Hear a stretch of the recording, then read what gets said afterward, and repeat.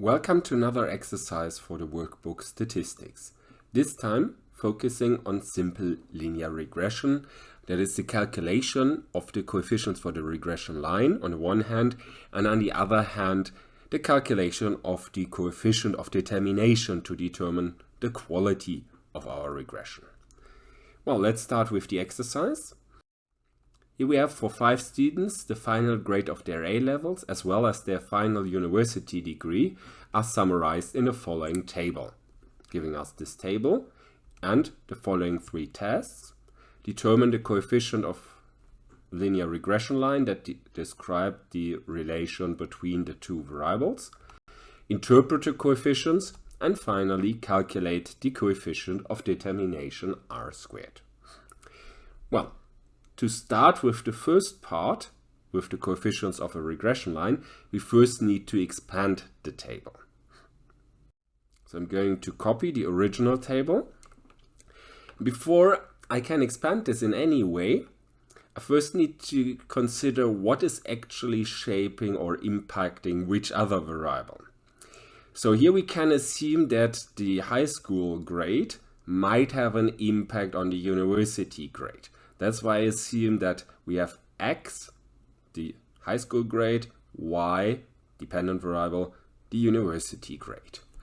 With this in mind, we can then simply square all the x values and square all the y values. So there's not a big deal in this regard. Also in the final row which we have to add, it's nothing new. We just have to multiply x and y values. So for each pair, x and y values paired multiplied with each other. That's more or less the first part. Then we're going to sum up in an intermediate calculation all the 5 rows, and we're going to divide them by the number of observations, giving us the average for each of the 5 rows, or rather giving me the average for x, the average for y, the average for x squared, the average for y squared, and the average for x times y. That's actually the only values I'm going to need here, those 5 in the column here on the right. So if you leave out that column, leave out this part, that doesn't matter in the end. The important part is that you get those 5 values over here. Well, once we have this, we can start with the coefficients. So we start with the slope. The slope is given as the average of x times y. That's the value down here. Then minus the average of x times the average of y. So those two multiplied with each other. Divided by the average of x squared. That's that one. Minus the average of x to the power of 2. With numbers, looks like this. Then we get as a result minus 0.7864. That's the slope. This tells us more or less the direction and the way x and y interact with each other. However, to get a line, we also need an intercept. And the intercept here is determined as y minus b times x, or average of y, 2.2, minus b, well, minus 0.7864, minus gives us plus. Then we have here the average of x, the 1.74. So in total we get an intercept of 3.5683. Well, that was already part 1. Those are the coefficients we are looking for. Question is, what do they mean? Well, we can start with the slope. This is negative, so there's a negative relation between those two. Someone who was good in high school usually is performing worse in university, and the other way around. Also, this tells us for each grade you have been better in high school, you will be approximately 0.786 grades worse in university. So it's not a perfect one-to-one relation, just like a 2/4, for example. You are better by 1 grade in high school, 3/4 worse in university. That's what we can get from the slope. Then we have the intercept. The intercept tells us, what if x is 0? Well, wouldn't make sense here to assume someone has a 0 in high school. So 0.5683 is the value for someone who would have a 0. Since there isn't anyone who could sensibly get a 0.0 as a grade, this value doesn't really make sense and cannot really be interpreted. That's always the case with the intercept. You have to critically appraise, can the intercept actually be interpreted? Does it make sense to assume that x assumes the value 0? If it does not, then do not interpret the intercept. Just interpret the slope. The slope can always be interpreted. Well, that was already part B as well.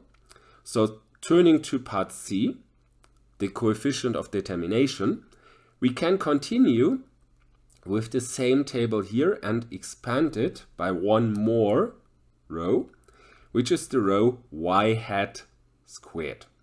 I'm leaving this at this slide because I'm going to need these values here, the coefficients of the regression line. The y hat is the estimated y value. So if I insert x into the regression line, that's the y value I will get as an estimate. In other words, I'm going to always calculate x value, 1.2, times slope plus intercept. That's the y hat. Whatever I get as a result for y hat, I'm going to square, take to the power of 2. So here, this gives me 6.8 period, so forth. Then I'm going to do this with 2.1. 2.1 times minus 0.7864 plus 3.5683. Result squared gives me 3.6745. Going to do the same thing. 1.7 times this plus this, and result squared is that one. And for the last two as well. Then, similar to the rows before, I'm just going to calculate the average of this row. So sum all of this up, divide by the number of observations, divide by 5. So the value I'm going to need here is the 4.9454. Well, that was everything in regard to preparation of the r squared. So let's actually calculate it. For this, I'm going to copy the table from before, and we're going to use this formula. So here we have the newly calculated value down here, the average of y hat squared, this one, minus the average of y squared, so 2.2 squared, divided by the average of y squared, that's this one here, the 5.088, minus the average of y to the power of 2. So if I insert the values, this gives me an r squared of 42.5%. This approach I used here is actually the more general approach. This one will work always. Meaning, even if you have a multiple linear regression, you could still use the same approach.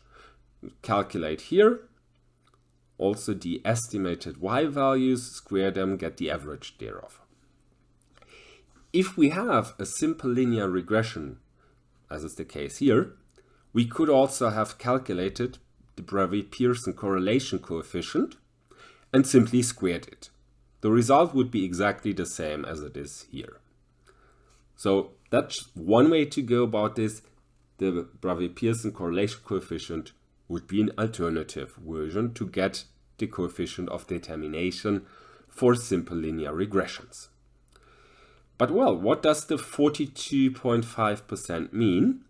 This means that my model, or the x variable in this case, since the model only has one x, can explain 42.5% of the variance of the y variable. So in other words, the high school grade already determines roughly 42.5% of the university grade. So it's actually a pretty good predictor. It also tells us, since this is significantly larger than 25%, this is a really strong effect. Because we have different thresholds, and whenever something is larger than 0.25, this means the model has a really significant explanatory power. But well, that's about it on this exercise. I hope you enjoyed it. I say goodbye and see you next time.